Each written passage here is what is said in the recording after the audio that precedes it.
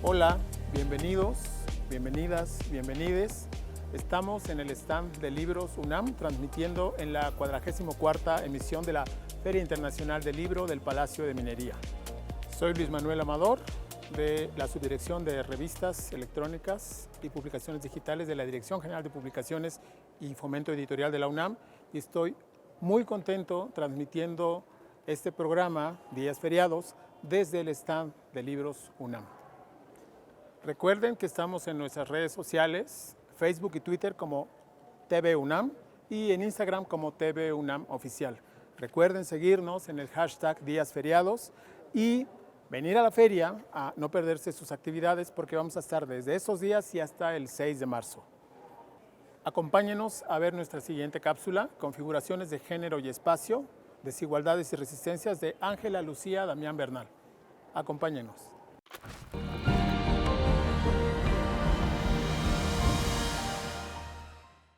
Yo soy Angélica Lucía Damián Bernal, soy profesora del Colegio de Geografía de la Facultad de Filosofía y Letras de la UNAM. Este libro es una coedición con la Facultad de Arquitectura, el PUEC y la Facultad de Filosofía y Letras.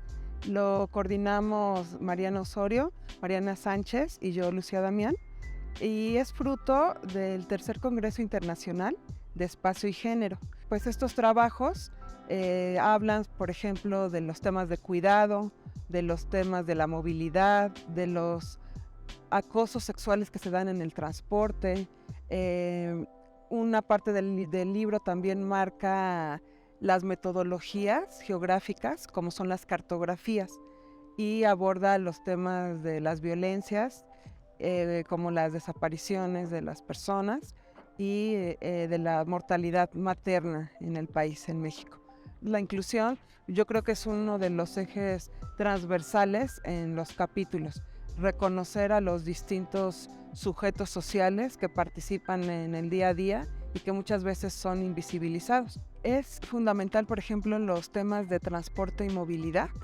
Se aborda un estudio de caso en el transporte público de los acosos en las estudiantes que viajan en los autobuses, ¿no? Y entonces justo ahí se identifica que se vulnera su cuerpo, su integridad física y sexual y psicológica al vivir los hostigamientos sexuales. Entonces creo que eso pues nos toca en el día a día y que lo que queremos justo es darlo a conocer, pero también dar alternativas de cambio, porque si los espacios los estamos viviendo en el día a día, queremos espacios dignos, inclusivos, de respeto, en el que el cuerpo de las viajeras, de quienes están en estos transportes, se respete, no se toque. Bueno, hay un trabajo de la comunidad LGBTQI+, o sea, de las disidencias sexuales, en las cuales también se denuncian las discriminaciones que han vivido en múltiples espacios. Entonces eso también es un eje que toca el libro, ¿no? Cuando lo identificamos en la cuestión corporal, porque el cuerpo también es un espacio en el cual se manifiestan distintas prácticas y relaciones de poder. Entonces eso también se desarrolla en el libro. Entonces les esperamos. Siempre se aprende mucho cuando se publica y cuando se comparte y cuando se presenta un libro, porque quienes lo comentan pues también son personas muy cercanas, muy queridas y especialistas en los temas. Entonces pues siempre hay mucho que aprender a partir de cuando se ve y se va a una presentación de un libro.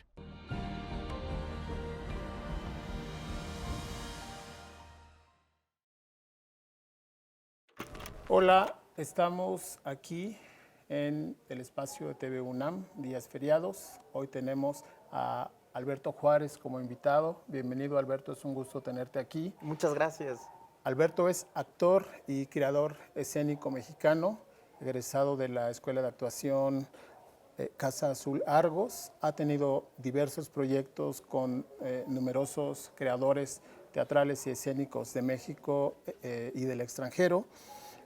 Alberto nos acompaña hoy también para hablar de la problemática social que implican la discriminación y el racismo. ¿Por qué? Porque Alberto forma parte del movimiento Poder Prieto, que muchos de ustedes ya conocen, y si no, nos va a compartir un poco más Alberto sobre esto.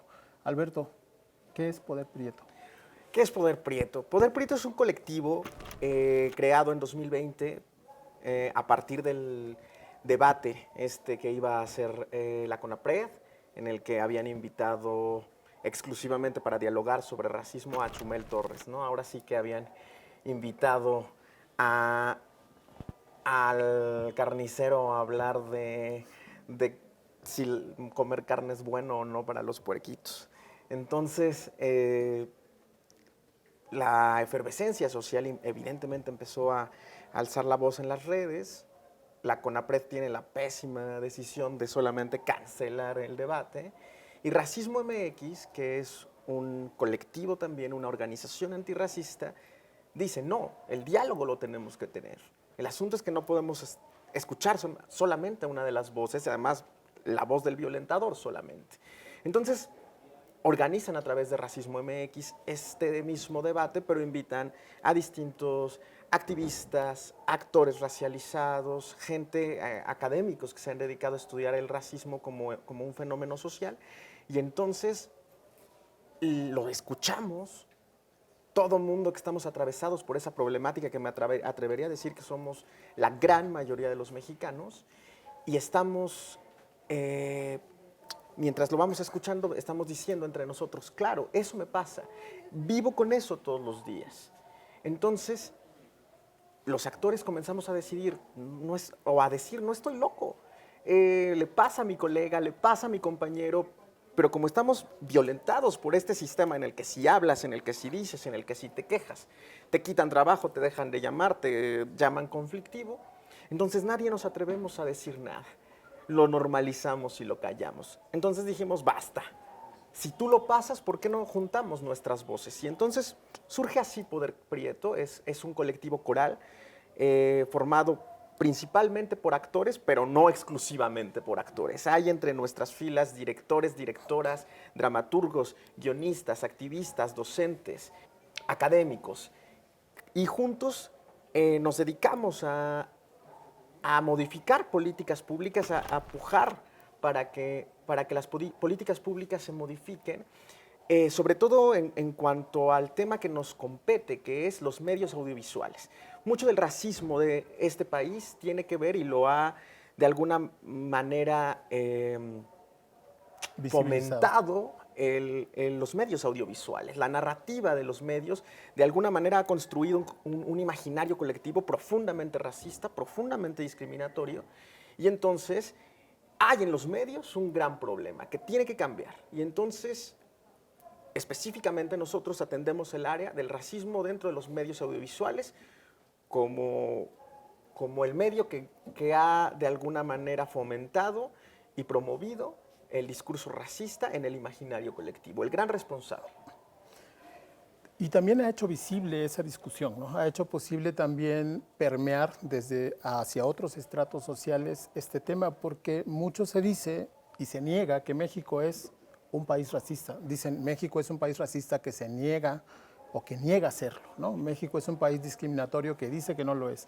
México está lleno de prácticas de discriminación y de racismo que se han normalizado en nuestra vida cotidiana hasta el punto que no las podemos ver, no las podemos descubrir. Totalmente. Las estamos practicando nosotros mismos. El mismo Tenoch Huerta lo decía. O sea, una de las cosas que también es importante es ver cómo introyectamos o tenemos dentro de nosotros esas prácticas.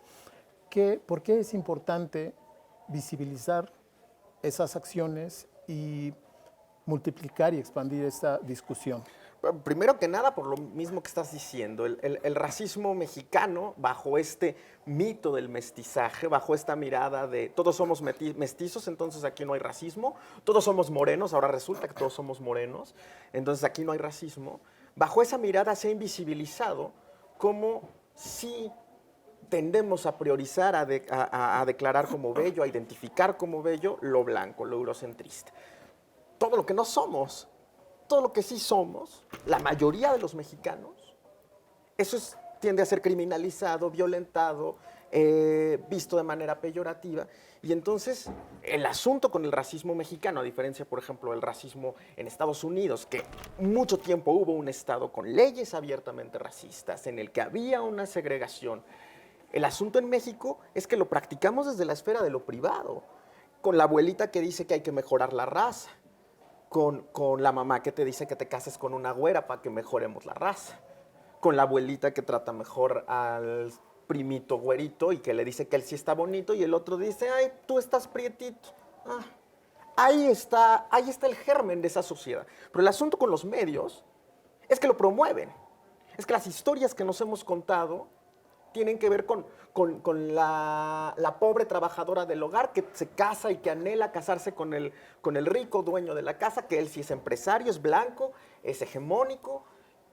Y ahí está perpetuándose hasta quién sabe cuándo esa misma idea de la que estamos atravesados invariablemente. Lo tenemos introyectado. Hay que ponerlo en la mesa.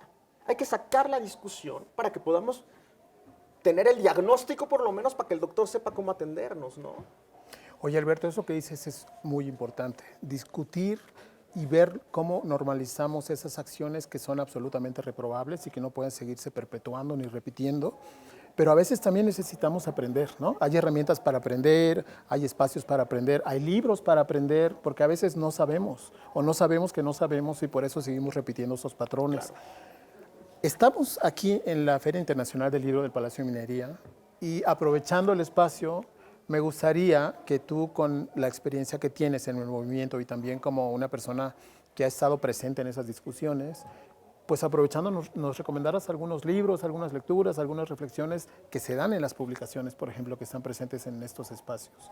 Totalmente, hay un montón de bibliografía para analizar el fenómeno del racismo, pero a mí en particular, ahorita aprovechando que estamos en TV UNAM y en el stand de Editorial UNAM, me gustaría recomendar dos textos del doctor Federico Navarrete, que es México racista y el alfabeto del racismo mexicano. Porque de alguna manera en México racista es un estudio en particular en lo singular de cómo opera el racismo en México, que no opera, el racismo al ser sistémico y sistemático, no opera igual que en Estados Unidos. Estamos esperando que de repente ver a un George Floyd aquí en México para poder entonces sí enunciarlo como racista. El racismo en México es tan violento que igualmente llega a cobrar vidas, pero que empieza velado en la transparencia de la abuelita que te dice, yo te quiero mucho aunque estés morenito, tú estás muy bonito aunque estés morenito. Ahí está, ahí comienza. Entonces, en esta singularidad tan compleja que el propio crisol que es México, de imaginarios, de culturas, de lenguas, etcétera, cómo se fue gestando esta mirada. Y entonces el doctor Navarrete hace un análisis tremendo a partir del mito del mestizaje y de cómo funciona ese sistema en este país en particular. Entonces eso lo hace en México racista, en particular cómo funciona en México. Y por ejemplo el alfabeto del racismo mexicano, a través del humor, a través de esa mirada humorística, sarcástica que invariablemente tenemos los mexicanos, analiza un montón de palabras y su contexto racista, de frases, de refranes populares, y cómo están cargados de ese imaginario profundamente racista, que enaltece y mira como bello a lo blanco y desprecia todo lo que no es. Y entonces, lleno de este humor, es un texto que puedes leer sin ningún orden específico, que puede interesarle a los jóvenes y entender por qué decir naco es racista, por qué decir no es culpa del indio, sino del que lo hace compadre es profundamente racista. Y creo que son dos textos fundamentales para entender el racismo en México, porque funciona particularmente y de manera muy especial en México. Eso que dices es súper importante. Creo que también las políticas públicas, no solo las acciones privadas o de la vida personal, abonan a ir comprendiendo esas acciones como algo que no puede mantenerse igual, pero también las políticas públicas. Pienso, por ejemplo, en ese espacio lleno de libros de la Dirección General de Publicaciones, y de hecho la Dirección General de Publicaciones ha publicado también algunos libros. De hecho, dos los tenemos aquí. Uno es La discriminación, ¿cómo ves? Que es una colección dirigida a jóvenes para que se acerquen a ciertos temas, ¿no? ¿Cómo ves? Es una colección de varios temas, discriminación, racismo, física, química, pero este libro en particular es súper importante para acercarse a esas problemáticas. Cómo ser antirracista, este libro de Ibram Kendi, que también es un libro traducido del inglés.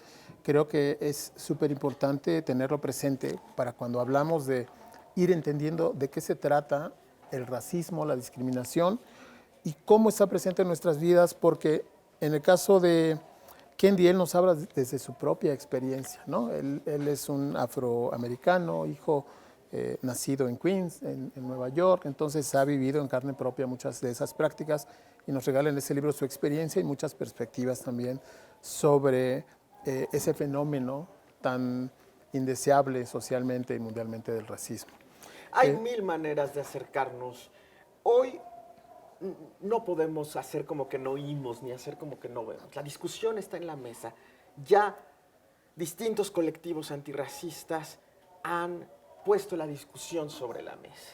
No podemos hacer oídos sordos. Hay un montón de información. Hay textos, hay bibliografías, hay autores, hay cintas, filmografía. Está todo. Y hay internet, ¿no? Ahí podemos entender todo lo que no entendíamos. Totalmente. Si buscamos. O sea, no hay pretexto para no entrar a la discusión. No hay pretexto para seguir replicando este sistema que tanto daño nos ha hecho. Y ahorita con respecto a lo que decías de las políticas públicas, ese es justamente uno de los objetivos del colectivo Poder Prieto. Modificar políticas públicas. ¿Cómo hacemos que estos actos discriminatorios que tenemos normalizados se vuelvan ley? Que en la ley esté pactado y esté indicado que estos actos se castigan, son reprobables. ¿Cómo hacemos, por ejemplo, también que la industria de los medios audiovisuales, el cine, el teatro, la televisión, principalmente los que tienen subvención, los que están subvencionados por el Estado, cómo es posible que con el dinero que nosotros mismos aportamos se estén perpetuando estas prácticas racistas? Se estén haciendo brownface y blackface en el cine, en el teatro y la televisión nacional. Y también whiteface, ¿no? Que es como lo deseable siempre en las telenovelas. Mientras más te acercas a lo blanco, mejor. Es lo deseable, es lo que fue ponderado como bello, lo único digno de ser admirado. ¿Quiénes somos así? No somos así el 98% de los mexicanos, por Dios. Bajo esta mirada, tanto que les gustan los gringos luego, bajo esta mirada de lo gringo, de qué es lo blanco y qué es lo no blanco, el 98% de la gente en México no somos blancos. Eso que dices se da en la sociedad, pero también se da en la academia, en las instituciones, en la función pública, en todos los estratos de la vida diaria, ¿no? Entonces, ¿tú qué nos sugieres como para aprender a mirar estas cosas desde otra perspectiva y para aprender también a autocriticarnos mirando nuestras propias acciones con los demás? Yo creo que primero eso, mirarnos con compasión, entendernos. Yo creo que el mexicano, la mayoría de los mexicanos estamos atravesados por alguna violencia, por algún sistema de opresión. Entendernos así, mirarnos con compasión, mirarnos con comprensión, ver que la denuncia, por ejemplo, las denuncias de los colectivos antirracistas no tienen que ver con personas, no estamos diciendo que se deje de contratar a los actores blancos, que se deje de contratar a los académicos blancos, como aparecen las discusiones por ahí polarizadas y polémicas en el Twitter y en las redes. Nadie está diciendo eso. Estamos denunciando un sistema en el que todos estamos injertos y atravesados de alguna manera. ¿Cómo lo desestructuramos? Y desestructurarlo tiene que ver con todos los eslabones de ese aparato maldito que nos hace sentirnos avergonzados de quién somos, de cómo nos vemos. Es tan importante eso que dices, mirarnos con compasión. No sé si lo dijiste o lo imaginé mientras te escuchaba, pero también mirarnos con ternura, desde el afecto, desde el cariño. ¿Qué somos? ¿Quiénes somos? ¿Hacia dónde vamos? ¿Dónde hemos caminado? ¿No? ¿Con quiénes compartimos espacio en comunidad? Esas reflexiones que tú nos compartes creo que son súper importantes, que son más que nada necesarias hoy en día. Y te agradezco muchísimo, muchísimo el tiempo que nos compartes aquí, estas reflexiones, estos puntos de vista. Me gustaría, si no tienes inconveniente, en que pues, nos despidiéramos con una frase, un pensamiento o una idea que te ha servido a ti para mantener presente la noción de que debemos ser diferentes a lo que normalmente hemos sido. Totalmente. Bueno, primero quiero agradecerte el espacio, agradecerles el espacio. Creo que es urgente hablar de esto. Creo que es urgente que las instituciones comenzamos a entender y a dialogar y a discutir esto, para poder desestructurar el sistema. Y segundo, a mí de lo que más disfruto de pertenecer en particular al colectivo Poder Prieto, a diferencia de todos los otros colectivos antirracistas con los que somos hermanos, con los que trabajamos, con los que colaboramos, lo que yo disfruto mucho de Poder Prieto, y creo que con eso me quiero quedar, es que reconecta con el gozo de sentirse hermoso en un sistema que nos dijo que no éramos hermosos, que por medir 1,60 y no alcanzar el estándar de un hombre de 1,80 güero mamado, no éramos deseables, no éramos bellos, no éramos dignos de ser vistos, no éramos dignos de ser admirados, no éramos dignos de ser considerados hermosos. Recuperar ese gozo, caminar desde ahí, desde ese gozo, desde ese orgullo, ¿no? Cada que veo basta salir en México a la calle, ver ese crisol que somos, ver estas pieles, estos fenotipos, estos cuerpos. Es bellísimo, es la prueba de la resistencia, de una resistencia de 500 años, de una genética que se resiste a morir, de una cultura que se resiste a pesar de políticas públicas racistas que se han obsesionado con desaparecer, lo que se resiste a morir, que se quiere quedar, que se va a quedar. No, mirarme en el espejo y ver la cara de mi abuela calcada en mí, después de mucho tiempo, de 32 años, se me inflama el corazón de orgullo, de amor. Eso, con eso. Muchísimas gracias. Que se resiste y resiste. Debemos resistir. Resistir también es ir hacia adelante. Muchas gracias, Alberto. Muchas gracias a ti, muchas gracias a ustedes. Alberto, pues vamos directo a ver una cápsula en la que se habla justamente de un libro, ¿Cómo ves la discriminación?, coordinado por Jesús Cepeda. Adelante con la cápsula.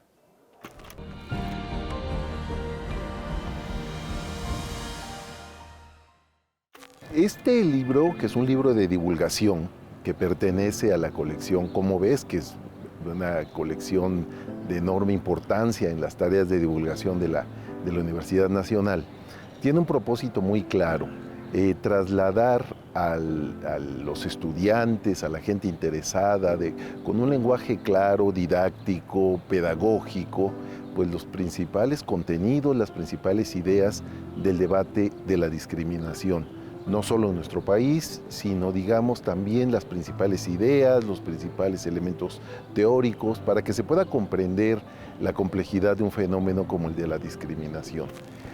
Se trata de un tema del que oímos hablar mucho y en muchos espacios. De hecho, últimamente más. Hay que decir que es un elemento novedoso en la conversación pública, de todas maneras. En nuestro país, hasta hace poco tiempo relativamente, se hablaba poco de la discriminación porque parecía no existir, el discurso público no lo reconocía como un fenómeno de desigualdad. Ahora sabemos que existe, pero también necesitamos conceptos, ideas, análisis, estudios. Y hoy día tenemos una amplia variedad de estudios en distintos espacios académicos, intelectuales, etcétera, que nos permiten una comprensión más completa de esta forma de desigualdad que es la discriminación. En esta obra que presentamos, está constituida por 10 breves capítulos, lo que se hace es repasar desde la definición hasta los principales conceptos que están presentes en el debate de la discriminación, y se cierra con una propuesta de medidas, de políticas públicas, porque significan la estrategia que se puede establecer en un Estado democrático para luchar contra esta forma de desigualdad. La obra está pensada para gente joven, que preocupada por el tema, pues también dedique un poquito de tiempo a aclararse las ideas, a entrar en diálogo con quienes han estudiado estas temáticas. Yo creo que hoy día tenemos una respuesta muy favorable, precisamente por parte de las nuevas generaciones. aunque nunca se puede decir que hemos ganado la batalla, no se puede decir que están resueltas estas cuestiones tan graves de la discriminación, pero sí, yo creo que podemos observar que hay una mejor sensibilidad respecto de los temas de igualdad, de tolerancia, de reconocimiento de los derechos, de reconocimiento de la diversidad. Eso es algo novedoso que tenemos que cultivar. Y una de las cosas, una de las mejores maneras de hacerlo es precisamente a través del estudio, a través de una mayor información. Yo creo que quien lea este texto, pero también la colección de la que forma parte, que es la colección Cómo ves, pues se va a encontrar con textos muy estimulantes, que no solo va a comprender, sino que le van a abrir un panorama más amplio para comprender mejor la sociedad en que estamos viviendo.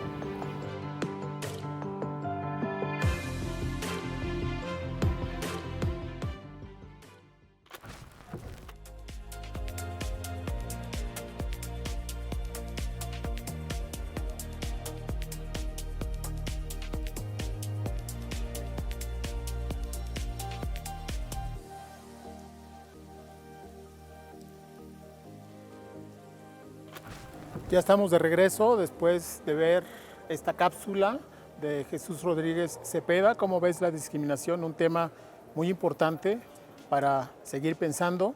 También tenemos varias actividades mañana, entre ellas producción de edición de autor, que es un taller que imparte Mónica González en el Salón de Talleres a las 12 del día, entre otros talleres que hay, si pueden revisar la programación. También tenemos una charla, El cuidado del libro impreso, también a las 12 del día, con Juan Valentín Hernández y Verónica Páez, en el auditorio Sotero Prieto.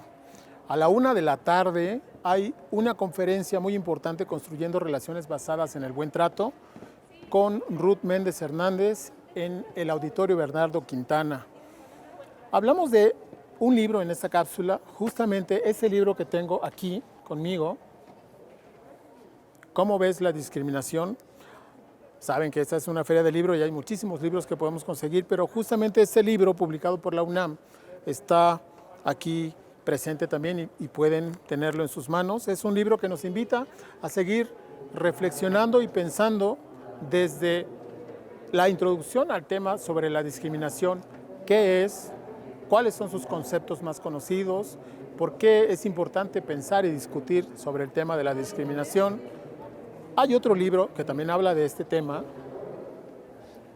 Cómo ser antirracista, de Ibram Kendi, un libro también publicado por la UNAM, publicado por el autor que es afroamericano. Él es nacido en el barrio de Queens, este barrio tradicional de Nueva York, donde hay mucha población afrodescendiente. Él cuenta su propia historia en los fenómenos de la discriminación y el racismo que vivió en Estados Unidos. De hecho, él dirige un grupo que tiene que ver con las políticas antirracistas en Estados Unidos. Los invitamos a leerlo también. Hay muchísimos libros como este, de muchos temas, en el stand de Libros UNAM y en toda la feria.